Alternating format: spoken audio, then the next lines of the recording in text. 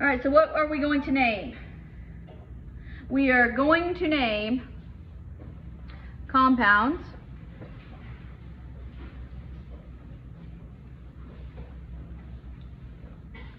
with a metal that has only one cation.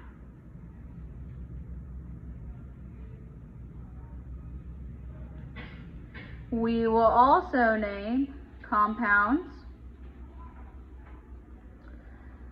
that have metals that form two or more different cations.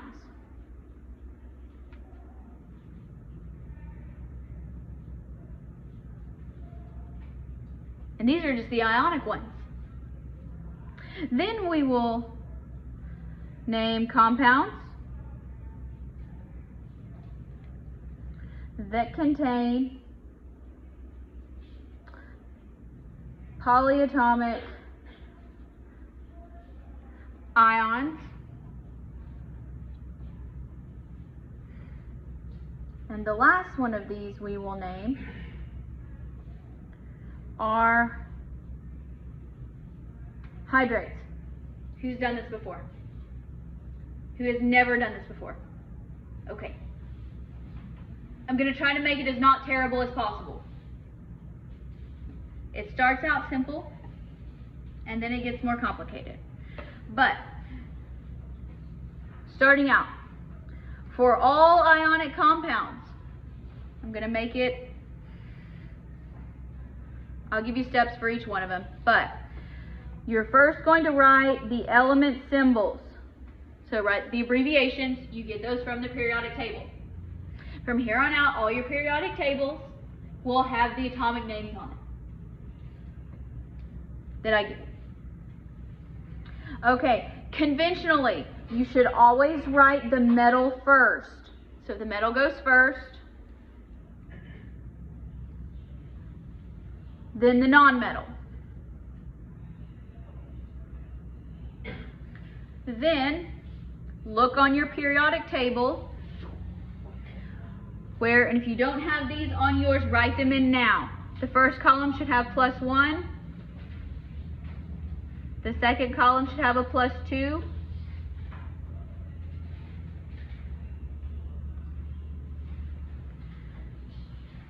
Then go way over here.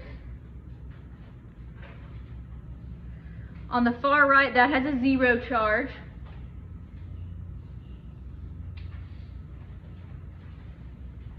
Then -1, -2. You can go as far as -3.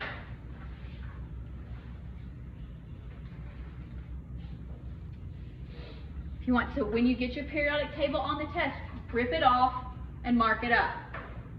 It's one of the first things I always do. Okay, does everybody have those at the tops of the columns? Okay, you're going to need that because the second thing you should do is you should write the charges above each symbol, especially as we're first doing this. A lot of times you can kind of do it in your head. Most of the time I still write charges because I make silly errors. Now, so if you were to have magnesium, you would write +2 above it because it's in the +2 column. If you had fluorine, you would write a -1 above it because it's in the -1 column. So don't make that hard. And don't ask me what about all the other elements. We'll get there. Now, what you're going to do is you are going to add subscripts. Those are the little numbers at the bottom, so that the positive charges equal the negative charges, also known as charge balance.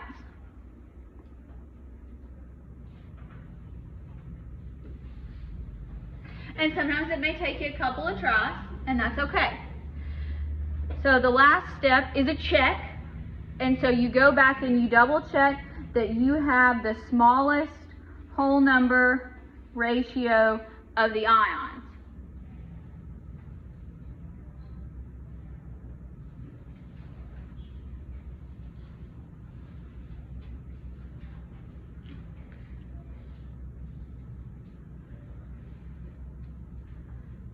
Okay, I did this so nobody can work too far ahead.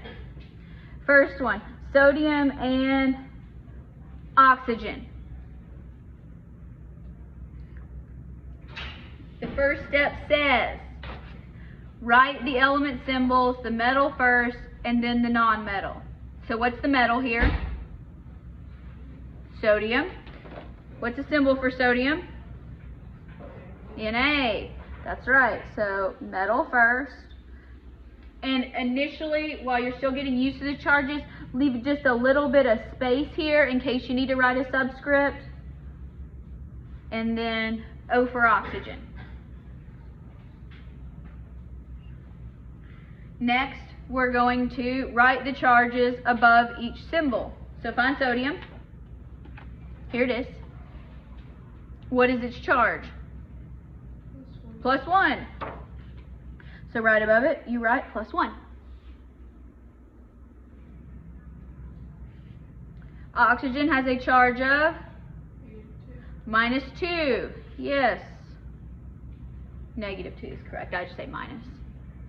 All right. So now we want these charges to add together to equal 0. Does 1 minus 2 equal 0? No. What do we need more of? We need more sodium. By how many? How many do we need? We need 1 more, so we need a total of 2. Because if we have 2 of them, 2 times +1 becomes +2. Oxygen is still -2. That does equal 0. You don't have to write all that if you don't want to, but this is the process that goes on in my head when I'm writing these. You'll get very fast at it, hopefully. Next one, barium and nitrogen.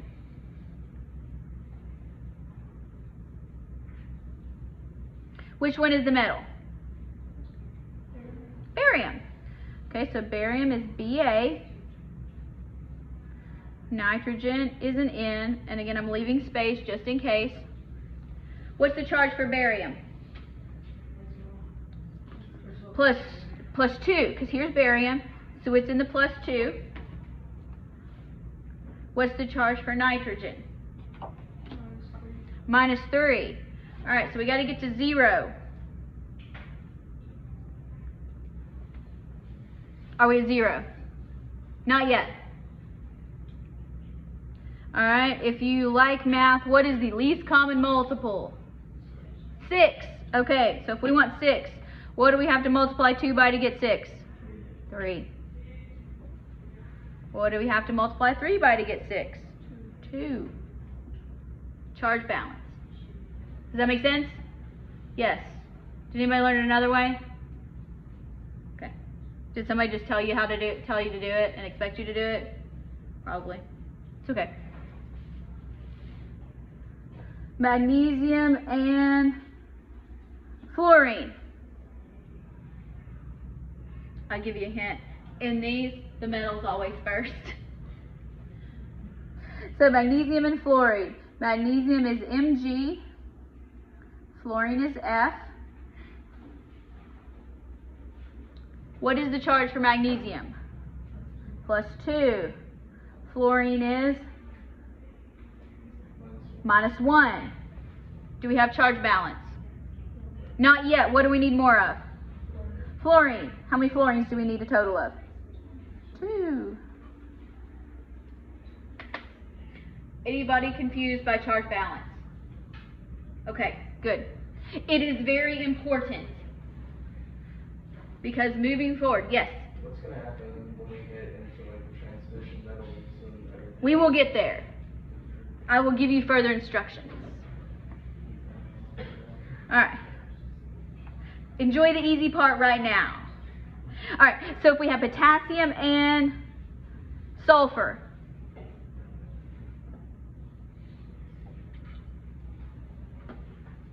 and if you want to spell sulfur with a PH and embrace your inner British self, that's okay. I did that for many, many years. So we have potassium, which is K, sulfur, which is S. What's the charge of potassium? +1. Sulfur is -2. Good. Do we have charge balance? No. All right, what do we need more of? Potassium, how many? 2. Who thinks this is easy? Good. Good. I'm not making it harder yet. I will. Not on purpose, though. Next one, sodium and nitrogen. Sodium is still Na. Nitrogen is still N. Sodium +1. Nitrogen -3.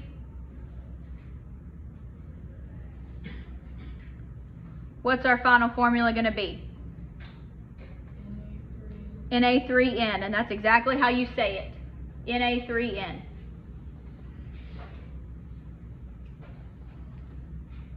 You should feel sorry for me when I have to write all these formulas, when I have to type them on Word, because I have to put all those little subscripts in. Tedious. All right. Now, aluminum. Aluminum is a little bit special in a good way. You should like it. On your periodic table, aluminum is always +3. No exceptions. I know it's not in a column that says that, but aluminum is always +3. These other ones can be different.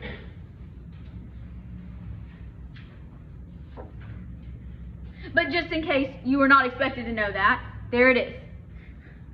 All right, so we're going to do aluminum and iodine here. So we have aluminum, we have iodine. Aluminum, it says it's +3. What's iodine's charge? -1. So we need more negatives. So we need a total of 3 negatives. So Ali3. Do we feel good about this? Wonderful. Now,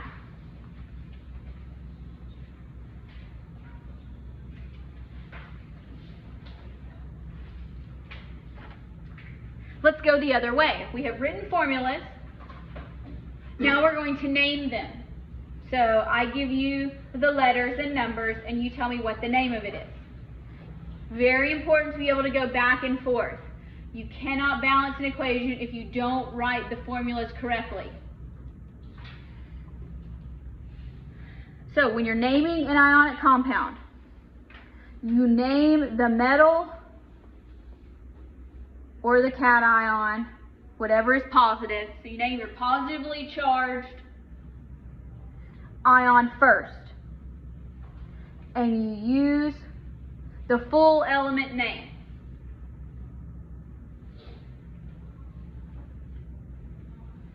Next, you name the non-metal,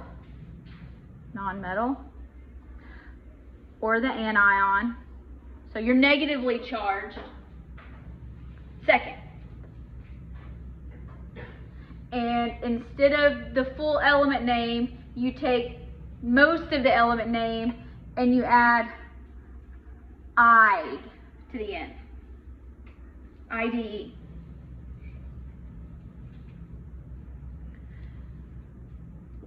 Now, this is important. Look, it has stars by it. When you're naming ionic compounds of any type, and we're going to name 4 types, ionic compounds, you never use subscripts. You never refer to them. So I do not want to see disodium. Only sodium. Okay? The subscripts are not ever used, no exceptions. when you name the compounds, because the subscripts, if you can use charge balance, it's always going to be the same. You're going to be able to figure it out. So subscripts are not used because they are understood because of charge balance.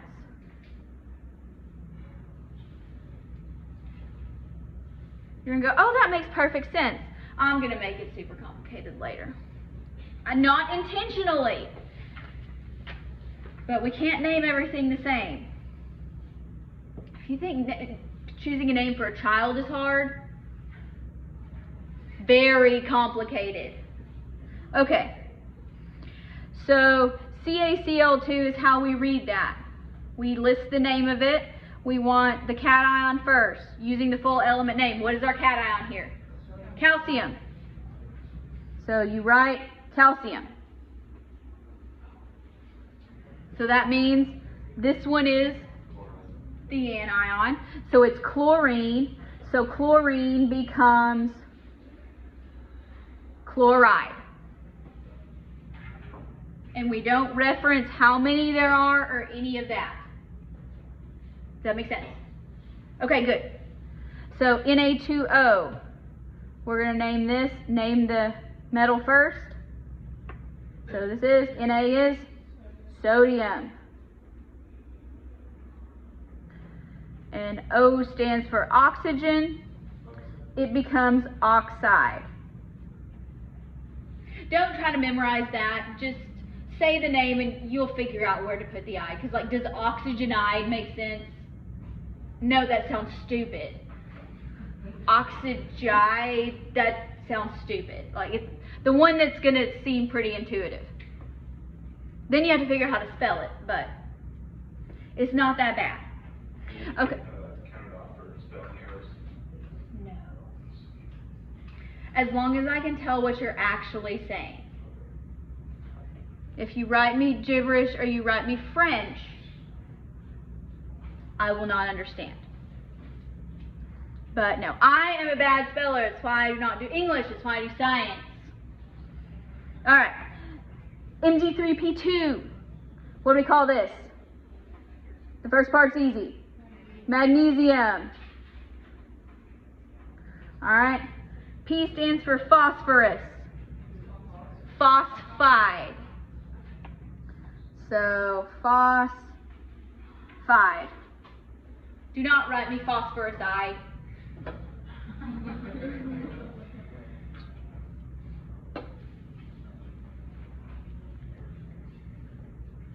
Alright. Ki. K stands for potassium. It's the positive one. If you're not sure what's the positive one, look on the periodic table. Write your charges in. Don't be afraid. Mark it up as much as you need to. Alright, so this is potassium. I stands for iodine. What do you think it's going to be? Iodide, yes. However, spelling is helpful because you will have the name on the periodic table. That will be given to you. And again, if you choose to use British spellings, I'm all for it. BAF2. What's first? Barium. F stands for fluorine, so it becomes fluoride.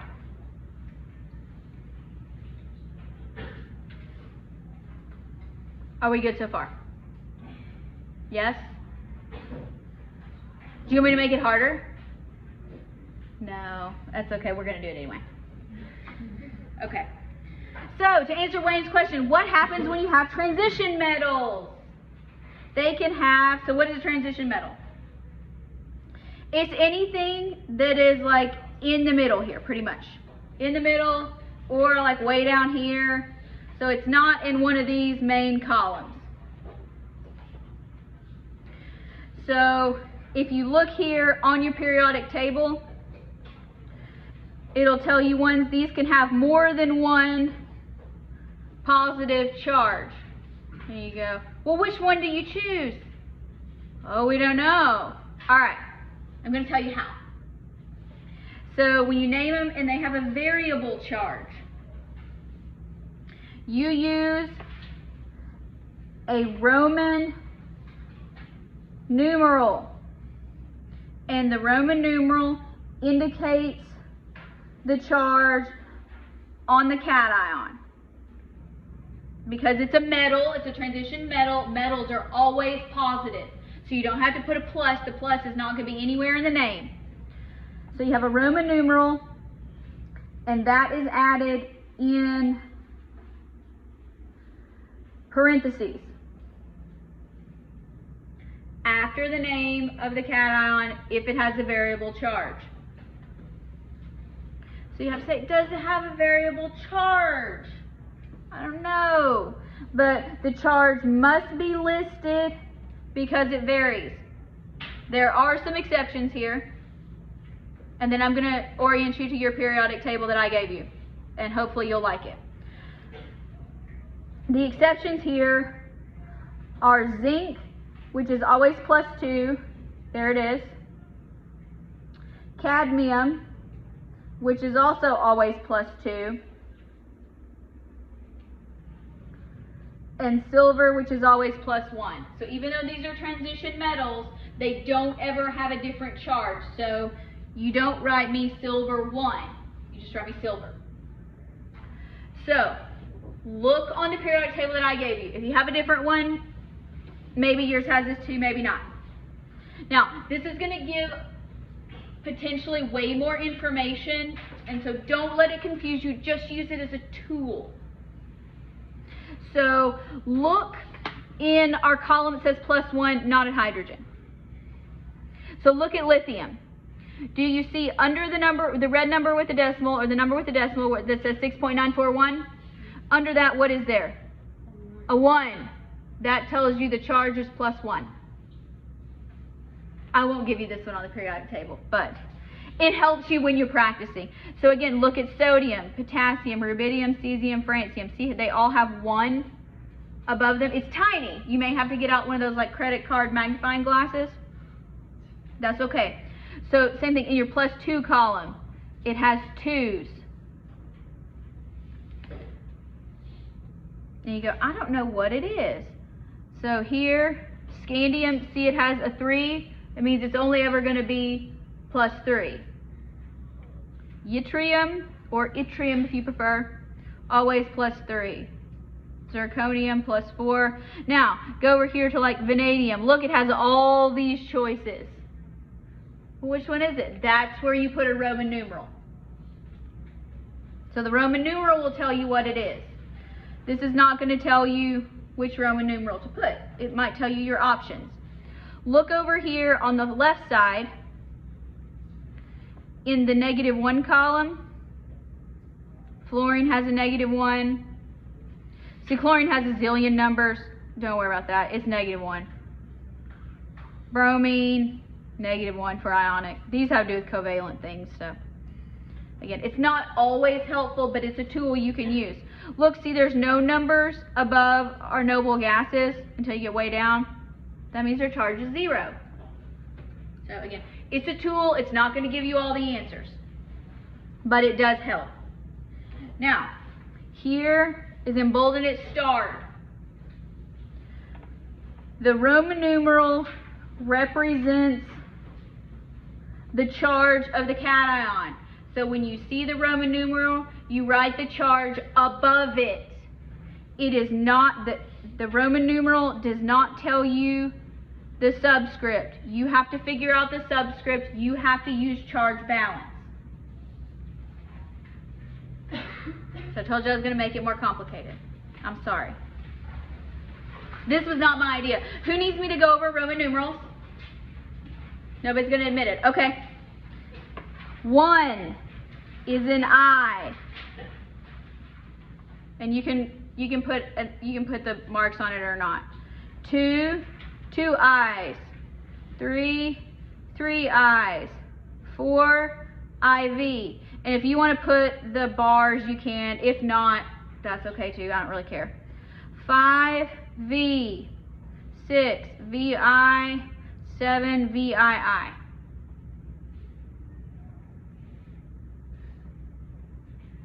just in case it's been a minute since you did Roman numerals, or if you've never done Roman numerals.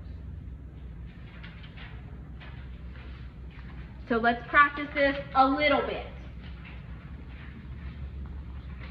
We're just going to write the names of the ions. We'll cover this next part next class. So Fe2+, we're going to write the name of the element and we're going to put our charge in parentheses. So Fe is what element? Iron. So that's iron, and what's the charge on it? 2. So you put parentheses, I. And so when you read this as iron 2.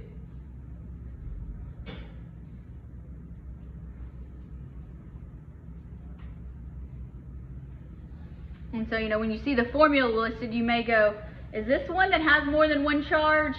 Look on your periodic table and double check. Okay? Cu+2.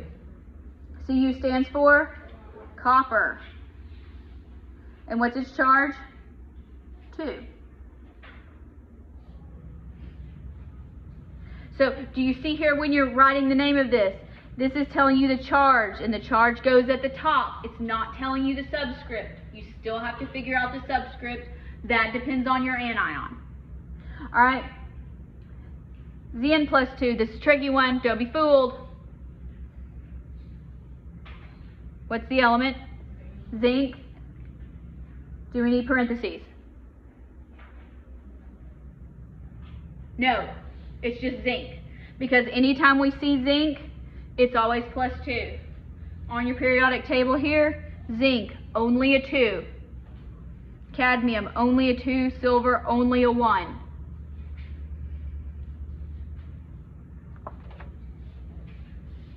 Because see, once you start doing these, you're going to want to put Roman numerals on everything. They don't belong on everything. Okay? Pb+4, what's the element? Lead. Do we need a Roman numeral? Yes, because lead can be +2 or +4. So we need a 4. That's IV. Don't read this as lead IV. Read it as lead 4. Don't read this as copper II. Copper 2. All right. Rubidium+1. I told you the name, but. So it's rubidium. I'm bad at spelling it, so I want to put an H in it. Do we need parentheses? No, why not? It's always +1. It's in the +1 column.